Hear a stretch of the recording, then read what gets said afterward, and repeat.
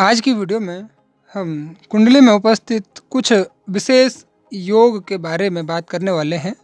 जैसे कि आप जानते हैं, इससे पूर्व हम कुछ विशेष योगों की बात कर चुके हैं और आज हम जिन योगों की बात करने जा रहे हैं ये मूल रूप से कुछ व्यक्ति के लाइफ स्टाइल को परिवर्तित करता है और कुछ जो है उसमें भाग्य को लेकर उसके गुणों को प्रभावित करता है व्यक्ति की। सर्वप्रथम यहाँ पे बात कर लेते हैं जो पहला योग बन रहा है यहाँ पे कुंडली में। अगर किसी जातक की कुंडली में लग्नेश उच्च का होकर के और केंद्र में उच्च का होकर के केंद्र में स्थित हो एवं गुरु से दृष्ट हो। सपोज यहाँ पे लग्नेश है, मंगल यहाँ पे लग्नेश बन रहा है और आप सभी जानते हैं मंगल जो है मकर राशि में उच्च का होता है। तो मकर राशि यहाँ पे केंद्र में ही आ रही है, केंद्र के 10वें भाव में मकर राशि आ रही है।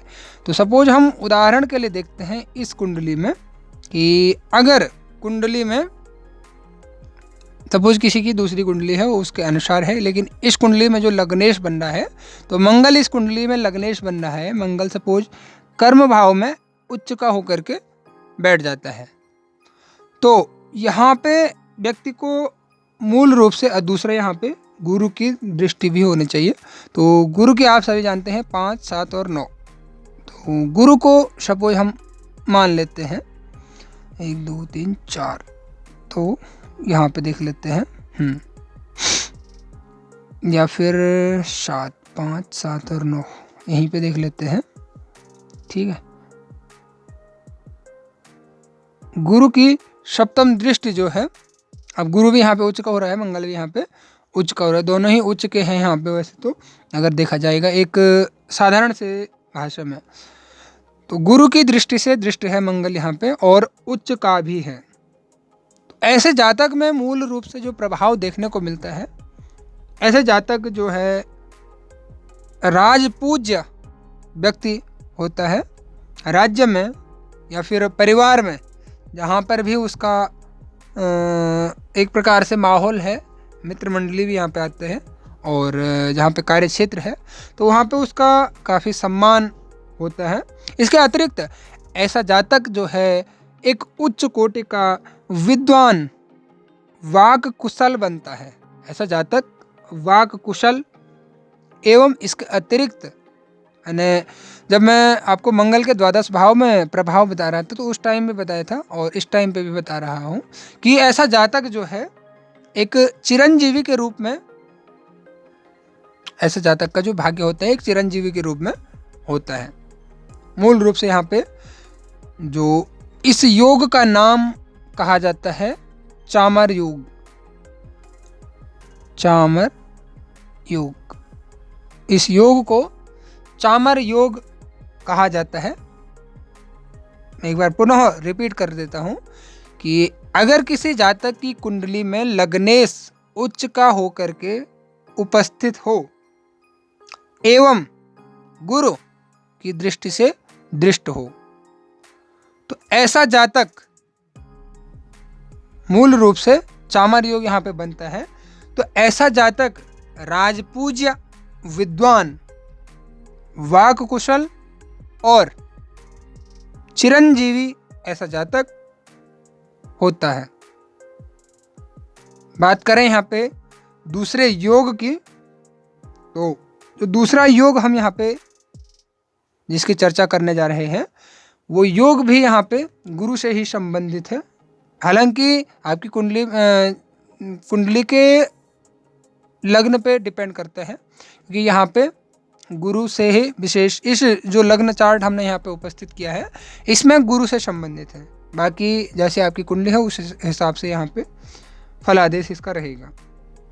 तो इसका सूत्र ये है कि अगर किसी जातक की कुंडली में भाग्येश केंद्र में या त्रिकोण में, और इसके अतिरिक्त दूसरा सूत्र है कि लग्नेश बलवान स्थिति में हो, तो यहाँ पे आप देख सकते हैं कि भाग्येश जो बन रहा है केंद्र में उपस्थित है और दूसरा जो है लग्नेश बलवान अवस्था में है। बलवान अवस्था का अर्थ है कि लग्नेश को प्रबल स्थिति में है, बल जो है लग्नेश को उपस्थित है। तो ऐसी स्थिति में मूल रूप से जो ये योग बन रहा है यहाँ पे, भाग्येश जो है केंद्र में हो या त्रिकोण में, केंद्र त्रिकोण यानी कि या तो भाग्येश 1, 5 और 9 में हो या केंद्र में हो 1, 4, 7 और 10 में। इन भावों में अगर किसी का भाग्येश है और दूसरा उसके साथ लग्नेश जो है अगर बलवान स्थिति में भी है, तो ऐसा जातक जो है धार्मिक प्रवृत्ति का, सुंदर गुणी और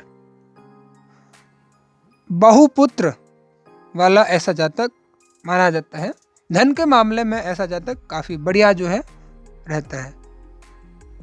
मूल रूप से जो जातक को यहाँ पे इसका प्रभाव देखने को मिलता है, तो ऐसा जातक धार्मिक प्रवृत्ति का रहता है और दूसरा जो है संतान के मामले में ऐसा जातक बहुपुत्र वाला रहता है। बहुपुत्र का मतलब एक से अधिक, या मिनिमम जैसे 3 आते हैं, जैसे आजकल की कंडीशन में देखें तो 2 आप मान सकते हैं, बहुपुत्र में जो है 2 पुत्र मान सकते हैं।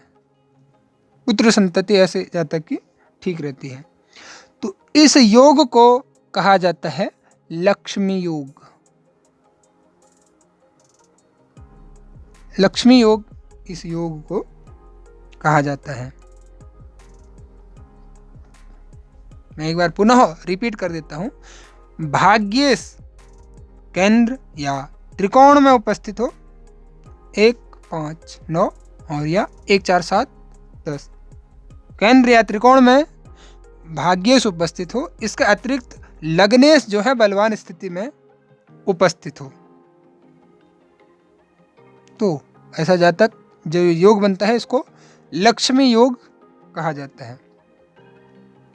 तीसरा योग हम यहाँ पे चर्चा कर रहे हैं जिस योग की, तो अगर किसी जातक की कुंडली में लग्न से, लग्न चार्ट में लग्न से 6, 7, 8 इन भावों में शुभ ग्रह उपस्थित हो, आप सभी जानते हैं चंद्रमा हो गया, बुध, गुरु और शुक्र, ये शुभ ग्रह माने जाते हैं।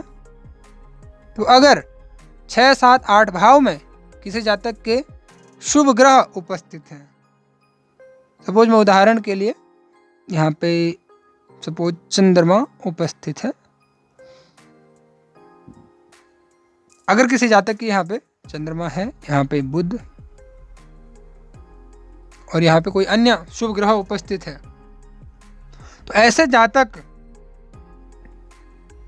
में मूल रूप से यहाँ पे ऐसा जातक में जो मूल रूप से प्रभाव देखने को मिलता है, तो ऐसा जातक एक रिसर्चर के रूप में अच्छा कार्य करता है।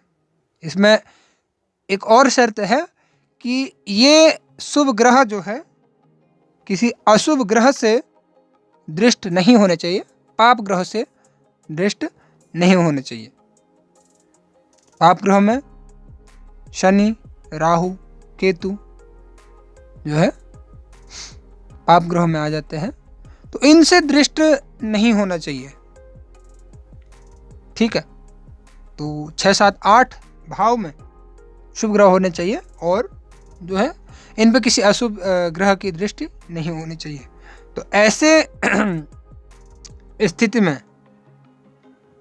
जो योग बनता है इसको कहते हैं लग्नाधि योग। लग्नाधि योग। ऐसी स्थिति में ऐसा जातक जो है एक रिसर्चर के रूप में काफी कार्य करता है, खोजी प्रवृत्ति का ऐसा जातक होता है। सेना में ऐसा जातक उच्च पद को प्राप्त करता है। स्वभाव का ऐसा जातक उदार होता है, धन के मामले में काफी बढ़िया, एवं ऐसा जातक का जो भाग्य होता है, ऐसा जातक सौभाग्यशाली होता है।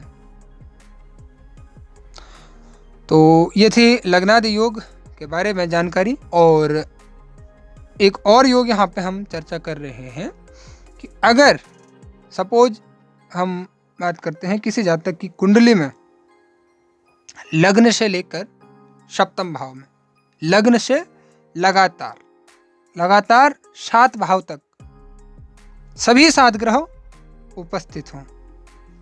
तो यहाँ पे आप सभी जानते हैं कि राहु और केतु छाया ग्रह है, तो ये इनका कोई अस्तित्व नहीं, यही एक जो है विशेष संयोग से जो है बनता, इनका योग बनता है। इसकी चर्चा हम इससे पूर्व कर चुके हैं। राहु केतु का योग, राहु केतु का निर्माण किस प्रकार से होता है। तो सपोज हम यहाँ पे अब उदाहरण के लिए देख लेते हैं कि चंद्रमा और बुध है, मंगल हमने इधर लिख दिया है, मंगल को इधर देख लेते हैं कहीं पे भी। तो यहाँ पे सपोज मंगल या सूर्य उपस्थित है, सूर्य और चंद्र, मंगल, बुध, बृहस्पति और शुक्र, शनि और शुक्र, ठीक है। तो ये 7 ग्रह सपोज ऐसे उपस्थित रहते हैं। तो ऐसी स्थिति में जो योग बनता है, इस योग को कहा जाता है मालिका योग।